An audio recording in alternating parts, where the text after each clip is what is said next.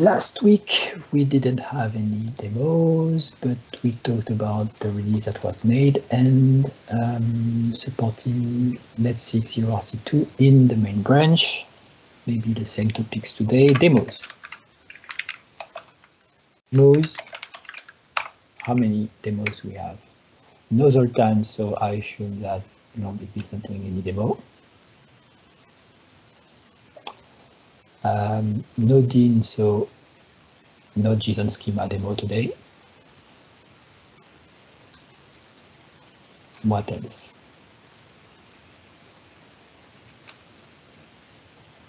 So Thierry has a new website to share, I'm sure.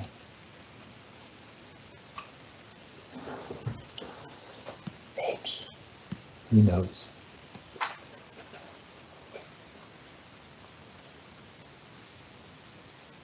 It's typing a lot. It's a long website. Don't care about problems, just want websites. Demos, topics. Any topics, questions? So Thierry has problems.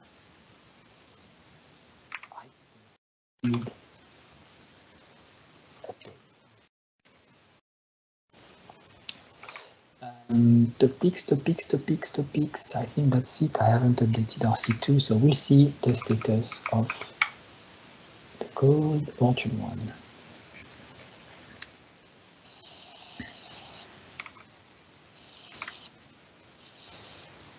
We can talk about hot reload. I know everything about hot reload. Anything. I might not answer your questions, though I have the answers. So, since last week, which was October, where am I? 19, we have this is a PR, this is added null checks, changes, so some null checks, this is all, this is all, this is all, this is new. Fix edit menu link. There was an issue when we would change something in a drop-down that would not update some part of the UI, so now it's done with some jQuery. And on the dev branch by Andrea, some typos, and apparently I missed another PR with some typos. I got a ping, an issue. That's weird. We start on Thursday. Orchard call. Am I filtering on main? I can do that. So, ready for bot 19. Starting here then, I believe. Fix user picker field ordering. Fix user picker field ordering. What was the issue? Yeah, because here we have a query by IDs, and then the goal is that the return list from the IDs is in the same order as the IDs.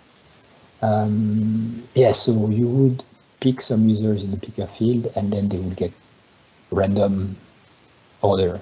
So now whenever you pick something, it will be kept in the same order. Can be super useful. And the trick is that there is a SQL query that does give me all the user with these user IDs. Okay, this is an array, so is in. But the database will see an in query and might not return the results in the same order as they were requesting the query. So what we do here is that it's ordering by the index of the object in the original array. Okay, so that's good. I might reuse this technique. Feature profiles, deployment step, and recipes. So now you can export, import all the feature profiles. Feature profile, as a reminder, being a new feature that lets you define profiles, like lists of features that you can assign to different tenants.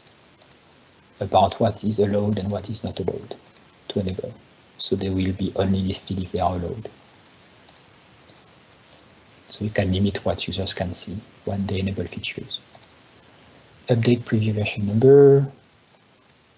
Okay, so this is just so that the packages that we generate in Cloudsmith have a different numbers now. Improve reset password email experience. This is just two things. When you deploy a site, I sent a Twitter poll a few weeks ago. The idea is that when you deploy a site, you should always set the domains that you can use. If you don't do that, you can generate an email, a reset password email that will target a different domain, and your server might accept that. So that's an issue. This is documented in ASP.NET, but here I'm adding that in our default app settings using a comment, just so there is visibility about this feature. Okay. And to prevent any misusage, I decided to change the wording, like instead of, oh, we sent you an email, someone recently requested that the password be reset for this username, so you reset the email. To reset the password, click here. If you did not request a password, don't click the link. Okay, that's what it says. So wording and documentation. The wording should be more explicit about that, who sent the email, and you don't have to click it if you didn't ask for this email. Update dependencies. Update dependencies, which makes me think about something I checked and it's good. Antoine.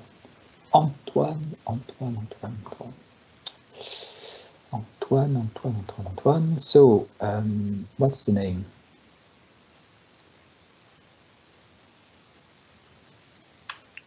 Update. Yeah.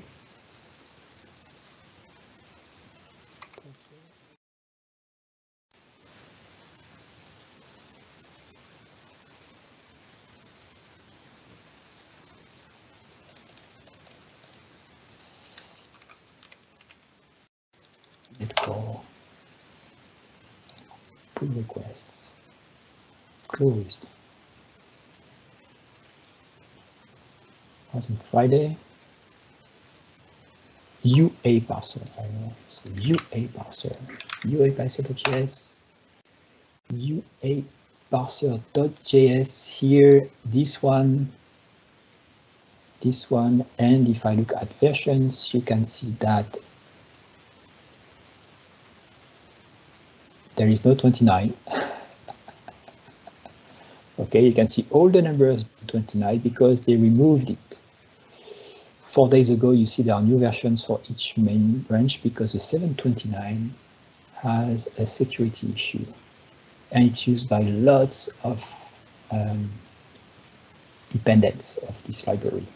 And I checked true about this security issue in case it has been updated from 28 to 29 because you see Antoine does it all the time. So if I look at that thing, by the way, I used this grep here, yeah, this one, which lets me search just in Orchard. You go to grep.app and then you can filter the repositories. That's super easy. And I can see that we are currently using 28, so we never use 29 currently. It's linked from the themes. Mm-hmm. So we need to be sure that we don't upgrade to 20. Well, it will fail if we try to do 29 because it has been removed, but I just wanted to know if we had done that, because apparently it was downloading a malware and then executing it, something like that. So okay. Yeah. Yes, today I updated the root, the packages at the root folder, and I tried to make a npm audit fix, but okay, it's not working to fix the alerts on the dependencies. Okay. Should we upgrade to a new version of npm? Should we require a new version of npm? Do we probably we are using Node.js 15 somewhere. Okay. And maybe we should upgrade it. Okay, because I know it's faster, it's better, everything, so we should try. I don't know, but someday Jasmin used Node.js specifying the exact version number to use. Isn't npm or does npm ship with Node.js and then you need to update Node.js to update npm? Somehow. It's just how it resolves the dependencies with the locker file version. It's what I updated. So yeah, it's supposed to be faster if you use the locker file version too. Okay, so the newer version of npm. And how do you get the newer version of npm? One of the following version of Node.js must be installed to. Okay, so yeah, we need a newer version of Node.js to get a newer version of npm. Okay, and then we could just create a new package doc. Okay. Where do we set it? The version that we need or that we use, or is it not set at all? I think it's in workflow. Yeah, it's on the CI when you install Node.js. But on my computer, like if I run something. Recently, I used Winget. Okay. I mean, every user is supposed to install the version they want, but then if we generate a package log file, then I tried to have the latest ones. Okay. Oh, it's backward compatible to the locker file, so it's going to work even if you use an older version of Node.js and npm, so it shouldn't bother.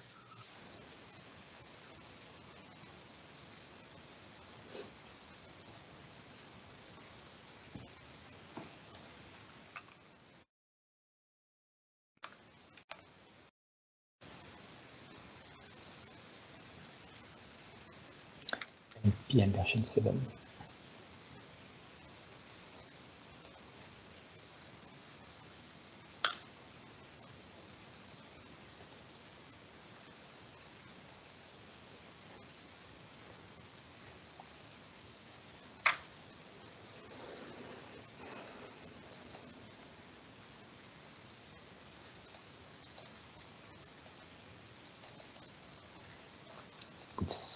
Schematics generating a newer version. That's what I want.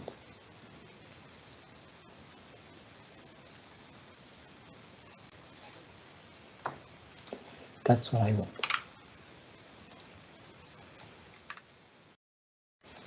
Is there a permalink to that? I can just remove that. By the way, this is a Chrome feature, maybe an Edge feature, like a Chromium feature. You can, when you have a URL like this, you can then have it search for something in document and go to this thing, wherever it is, like you could say this text.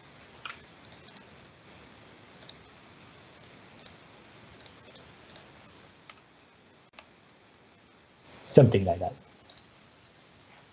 Okay, I don't remember exactly. Can be useful. Okay, I just want that. Function call, it's there. Issues.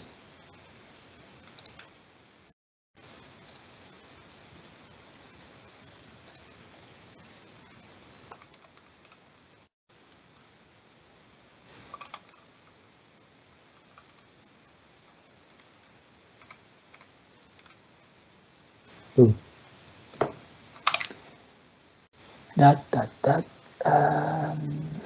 Here, update dependencies, update fluid 2.1.3, because I don't remember what was in 2.1.3, but that's important. And I will show you what's new in 2.1.4, because we should upgrade to 2.1.4.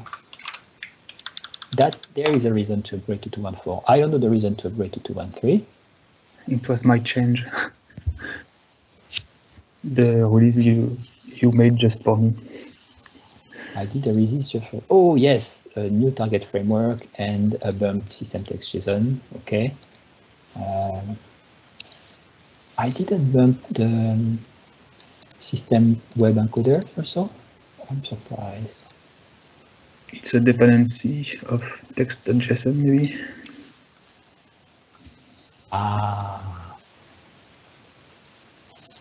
Yes. So it's upgrading. Yeah, I do that to upgrade to the system web encoder 501. Okay, good. Did it fix your issue? No.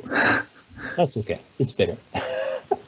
So the thing I changed is let me show you some code. And I will go here. Read dot parser AST text span statement. Text span statement. So when you have a liquid template, like any liquid template,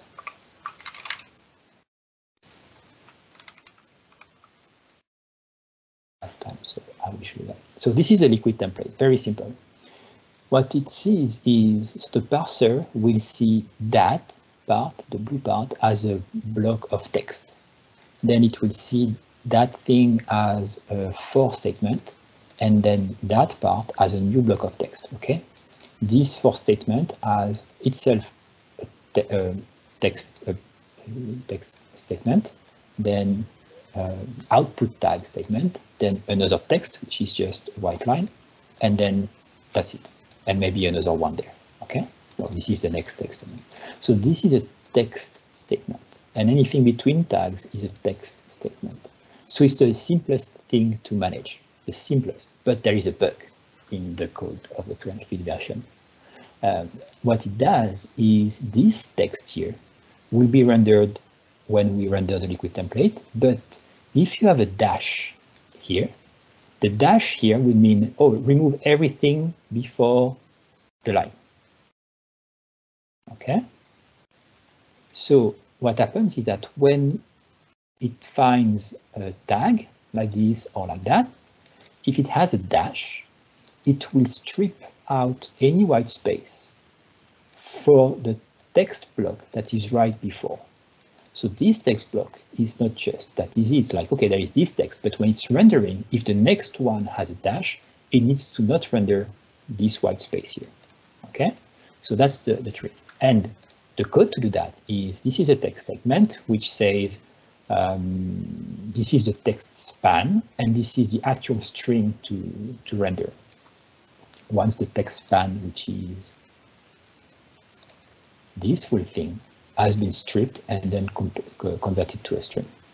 So how it does that is on the first rendering, if it hasn't been stripped yet, so there is a flag, it's looking at all the options for trimming, like left, right, greedy, not greedy, something like that. There are many options to that, like if there is a dash or if there is a tag before and it has the flag, something like that.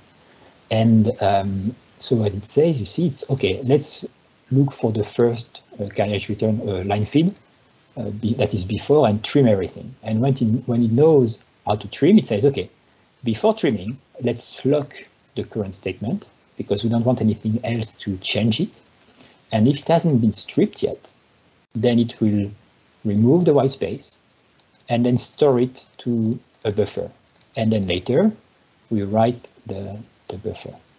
We do a lock because templates, they are thread safe. They're supposed to be thread safe. So the same template instance can be rendered in parallel by many renderer, like many requests. We parse once and we render many times the same template.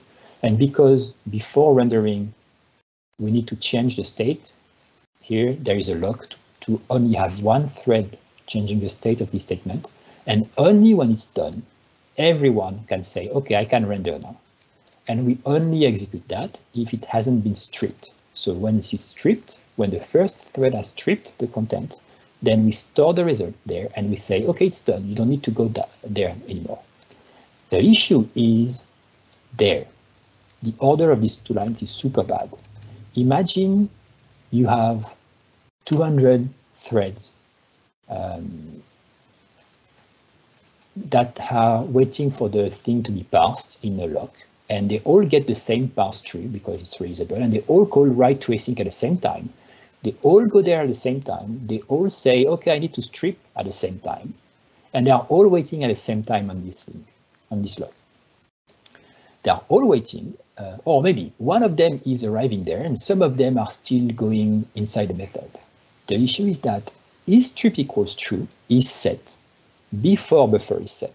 And what happens is, let's say the second one says, oh, it's stripped now, so I can skip this if statement and write the buffer. But it's possible that isStrip is set and the buffer is, and someone goes there because isStrip is set, but this command hasn't been executed yet. So you go there and you have a null buffer and it will just write nothing. So instead of rendering that, it renders nothing. So that's a big issue. And the fix I did is just to, there are two fixes in the fix. It's just first, you set the buffer and then you say it's done. So you revert the two lines and actually put the lock completely there. So nobody is doing that if it doesn't need to be done. Okay, it's not a locking issue in this case, but it's better to do that this way. And I released a version this morning, and we found it because swag there here, yeah, because Marco created a PR to use Fluid in SWAG.JSON, and all the tests were passing, but somehow you will see the result here. You see the code generated needs a space, and this is typical. Like this space got into the issue that I just mentioned. Like it didn't get rendered. Some other thread said, "Oh, it's ready," but it was not ready, and then the other thread did that. And because all the tests here were running in parallel and using the same template, it was showing the issue. So that's how we found it and fixed it. So that's good. So yes, we need to update to 3.2.1.4 because that's a pretty big issue. It can happen anytime actually. But I'd say only on startup in the case of Orchard, if you have lots of requests in the same template. So that's very rare, but that can still happen.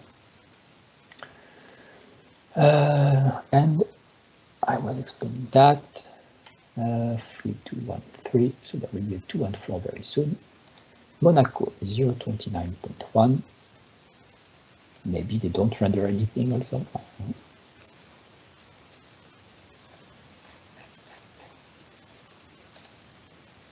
A new file, interesting.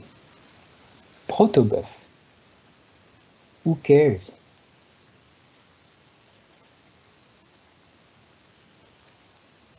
So we have IntelliSense, well, code colorization for protobuf files. That's so awesome. SB. I don't even know what SB is. What is SB? Visual Basic, SB, that's weird. Simple Basic or something like that, Standard Basic. Oh, Basic, it's Basic, okay. Interesting. So many languages, oh my.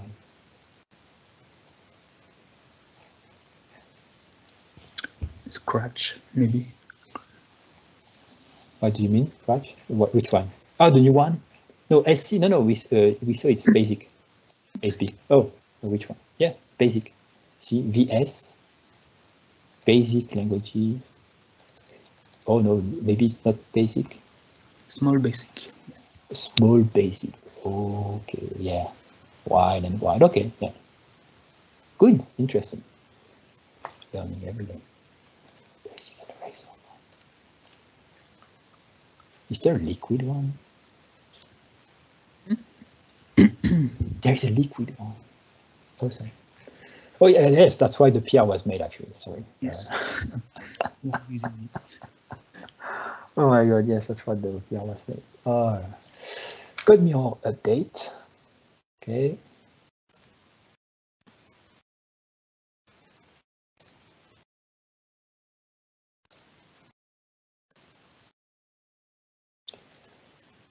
Missing abstractions docs.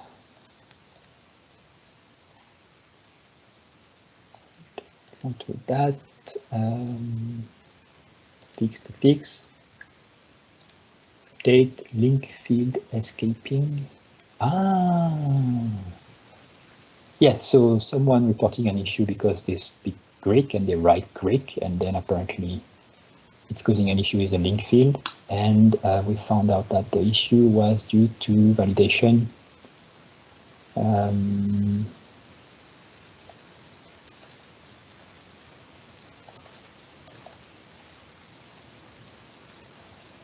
And some encoding also. Don't exactly remember what, but I reprod the issue after not being able to reprod the issue. So it's just validation that you need to ensure that you have what?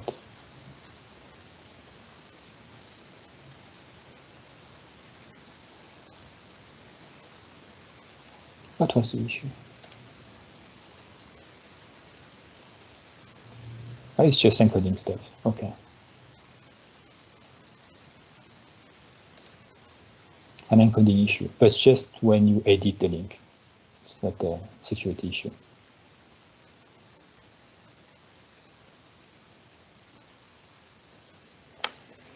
Redirect escapeUrl parameter was not used. That's weird code.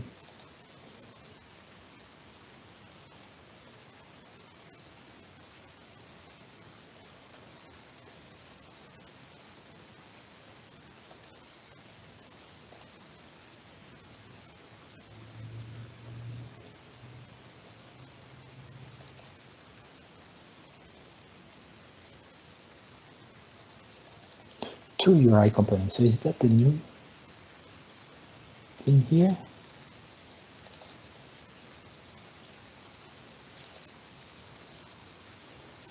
So that's the thing that we added there.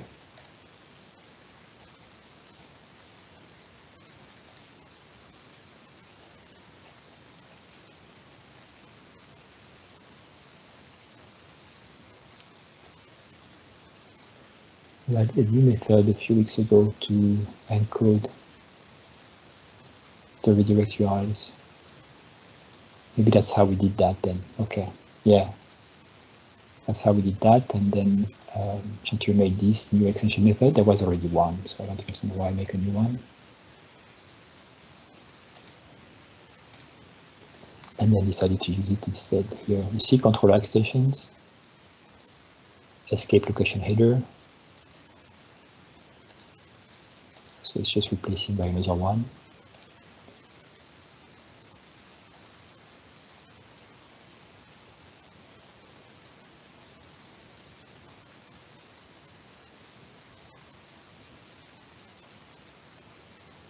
There is a bool check, which was not used. I understand that's what it means.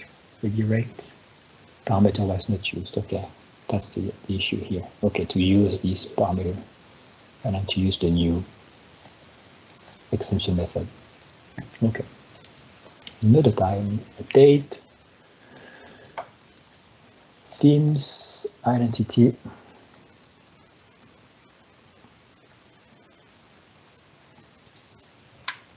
Cypress, updates, and updates.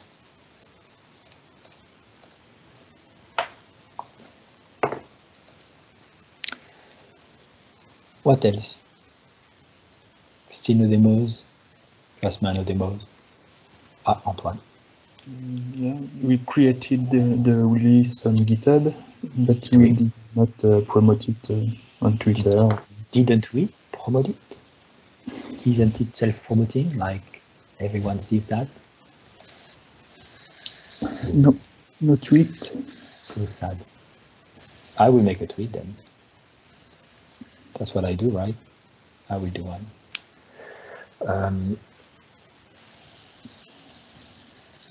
What else? Still need to fix this PowerShell script. I have an ID actually for the PowerShell script. I have an ID. So we have some time. Let's look at it. Let's look at it because I have an ID. I have an ID because I know I had something like this recently. This one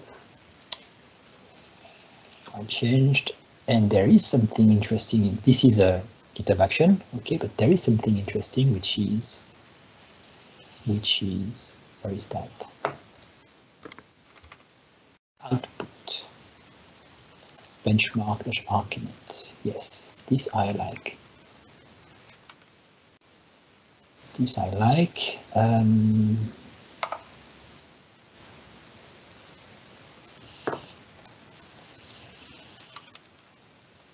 Here.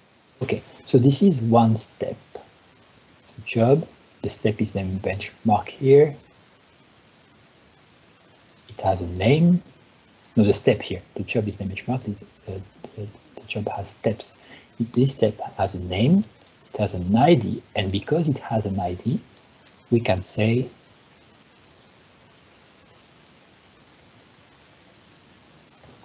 return something. And the value that is returned from the step, in this case, it's JavaScript. It's a JavaScript step, okay? It's just executing some JavaScript, don't worry about that, but it returns a value. And the nice thing is that from other steps, we can read the value of the output of the step, okay? Outputs result. So that's good. So what it means is that from a step like this, which is bash step, bash shell step, we can read something from a JavaScript step. And the issue we had was to be able to extract the versions from that. So what I will do is, let's see, because we have time, right? So here, steps with string script. Okay, let's do that.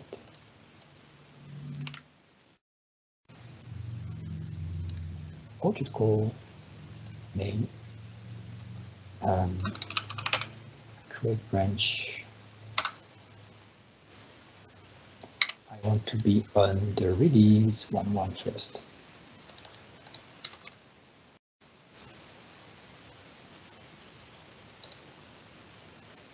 And by the way, you see all the things you can do directly from GitHub. So some rows. And I can say create branch. Okay, now I am on this branch. And I created the file, but I will do dot. I hit dot, and it opens VS Code in the browser, pulling the current branch, I believe. You see Cerberus release here. I can zoom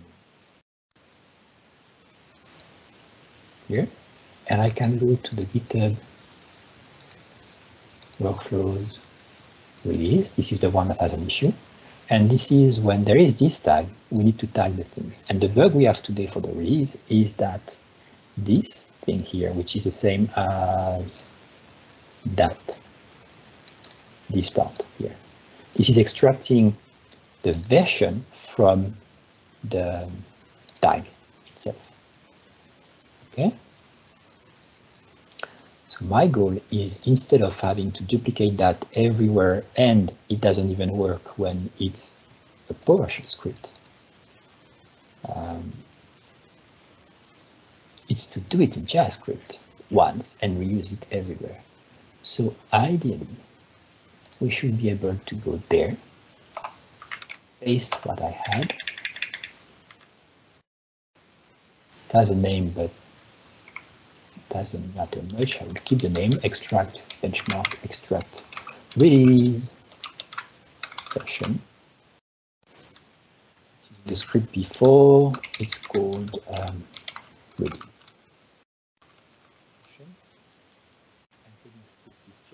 It's just that the return, if I do return something here, it will be encoded as a string and not as an object. Well, sorry. So if I do something like an array, for instance, if you return it as a JSON object, it will encode that as a JSON object. But I don't want that. I just want to return whatever I send back as a string. This pipe here is to say it's multiple lines of script, is tabs. And here, we just need to do the same as that.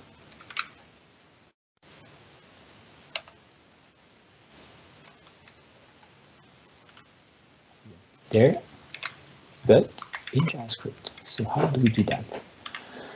This was bash shell. So here, GitHub ref, there must be a way to get that GitHub ref from JavaScript. So let me check that. I'm sure there is a way.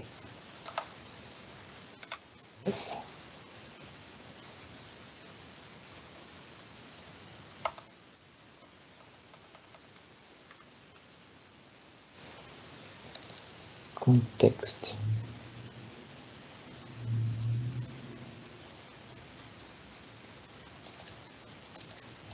Payload.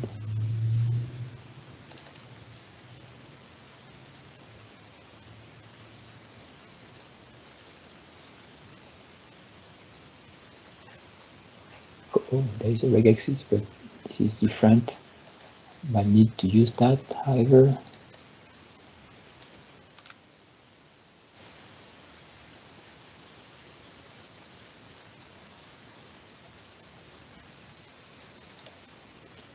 I'll keep it on the side, for example, and I will just check.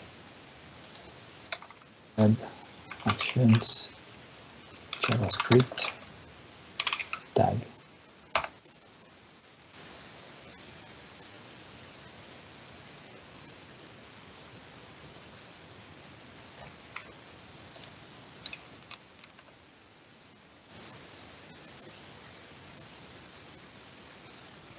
The issue is that I will find how to get just the tag name. Okay, good. Let's see if I have a solution here. Ref tags. Boom. GitHub token. Return context but replace. Okay, I think that's what I want.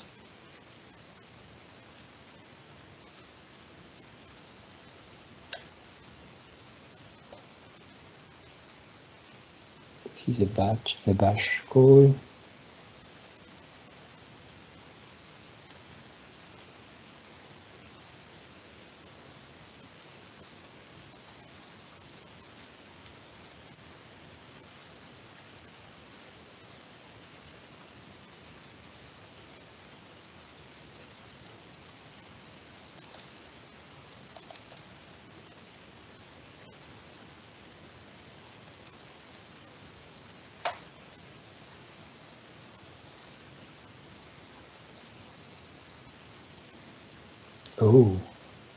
Oh, they have the Windows version. That might be actually easier.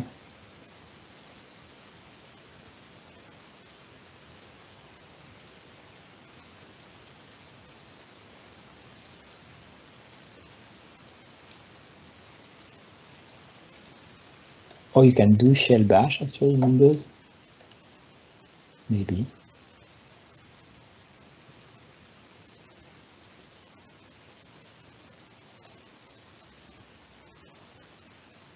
Oh no, that they do the same thing. Well, but they still do bash, so they get the. I see.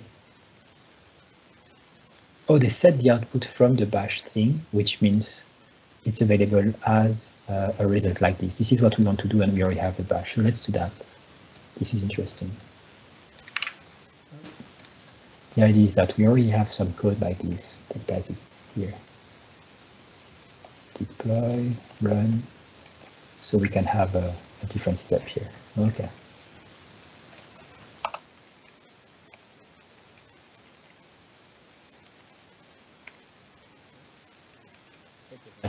Get version. set output, okay, but this is not exactly what we want.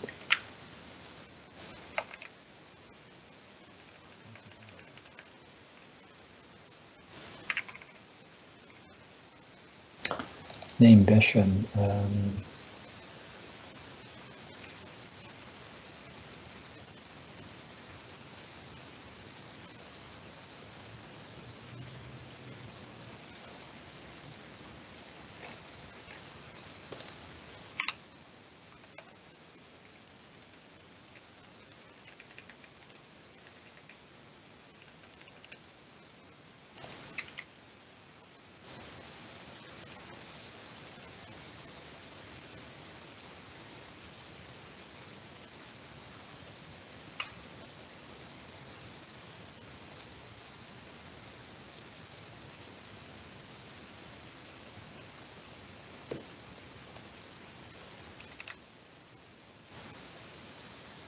This should work. So I assume this is removing the V at the beginning. So that's kind of what it does here. So I can do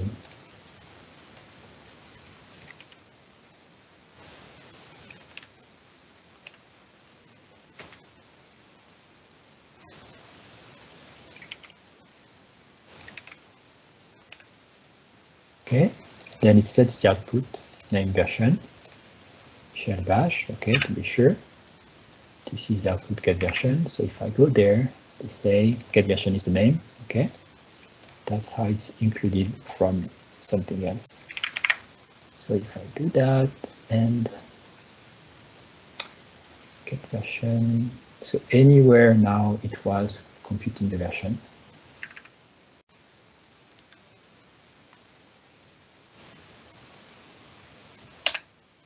Okay. We can just say something like that. This one.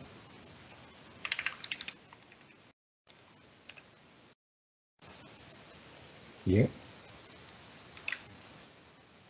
So this is one. So this is going to push on NuGet, okay, and we specify the version when we create a package. In this case, here this is when we push the Linux Docker image, and here this is what we were doing for Windows, but it doesn't work.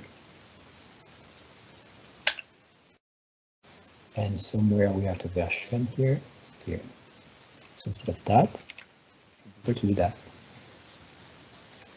Okay.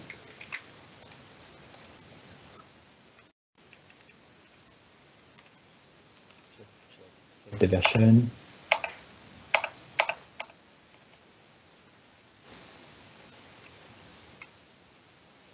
Version from get the version output. Okay, let's try that. So if I push,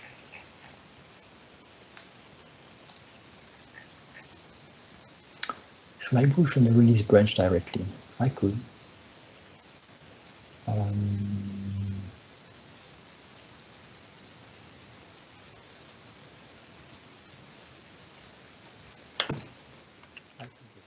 The release branch directly. So I copy pasted everything here just to be sure.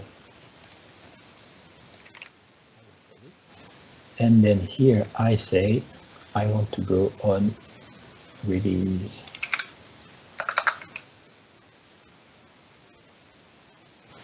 one, continue.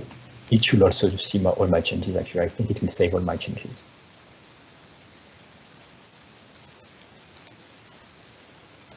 It didn't. So GitHub workflows, release, here, save the file. Here it is my changes. Okay, choose a diff. I can say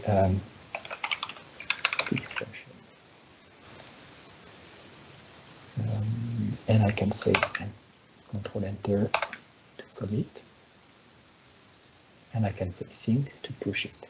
Okay, it won't do anything. It should just start a build. If I go there, how do I go to the repository there?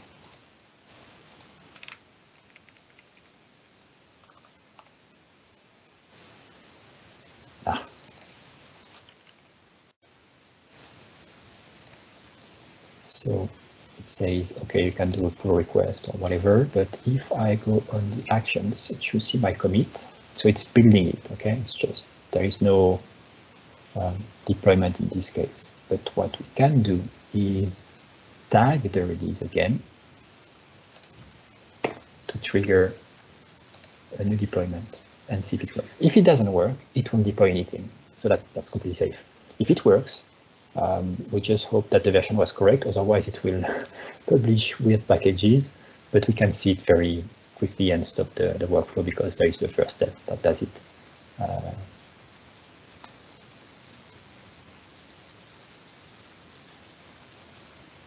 Am I that confident? Yeah, so here, release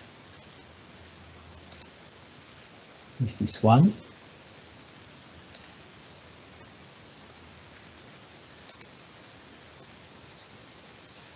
I need to fetch this one.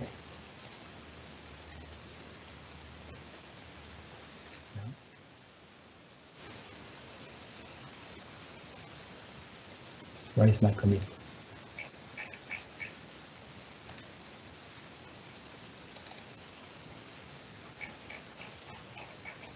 Here, and what was the tag? D110.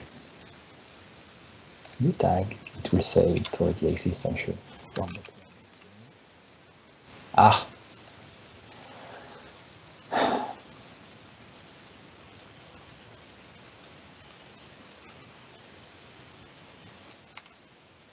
Need to delete the previous one. You're supposed to be able to remove the tag. Yeah. I can't delete. Yeah.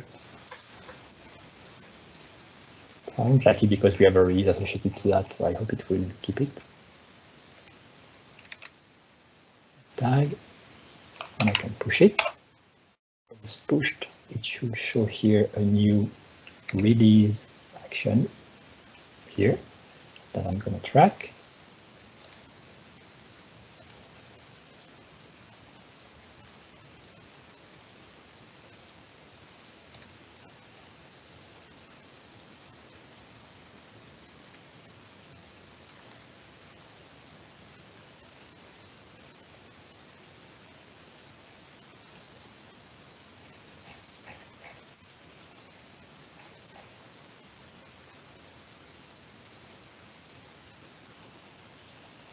Where is the get version?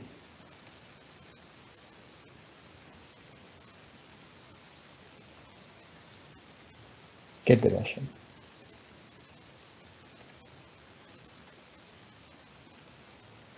Is there a way to know which version it found?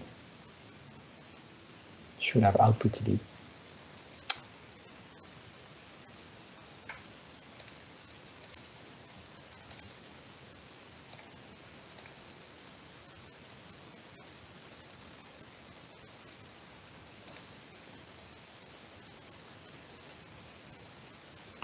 What is the first step that is using the version?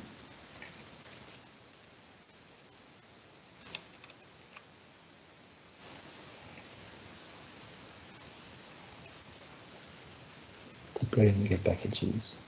So when it does a .NET pack, we should see the version.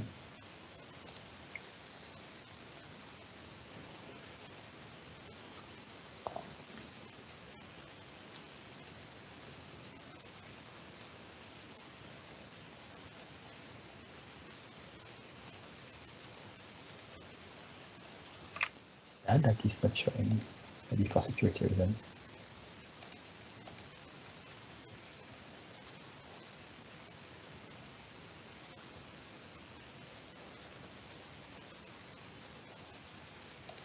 I'm sure I made a mistake.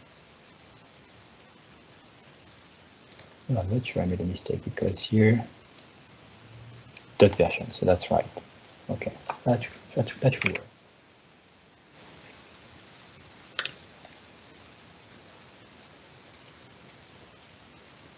It will take some time, so I think we should stop here and I will follow that to see if it works and fix it otherwise, but at least you know how the workflows work in Orchard and maybe learn a few things like how to use GitHub code, VS Code support directly, and do directly from everything directly from the UI, not cloning anything. Super useful to do some little changes like that, even with branches and pull requests and everything. So let's see. Is it just available for you though? Because no, everyone. Everyone can use it now? Yep. Yeah, I do it a lot. Like for all the small changes I have to do, you don't need to clone. You can do everything from there. So you go in a repository.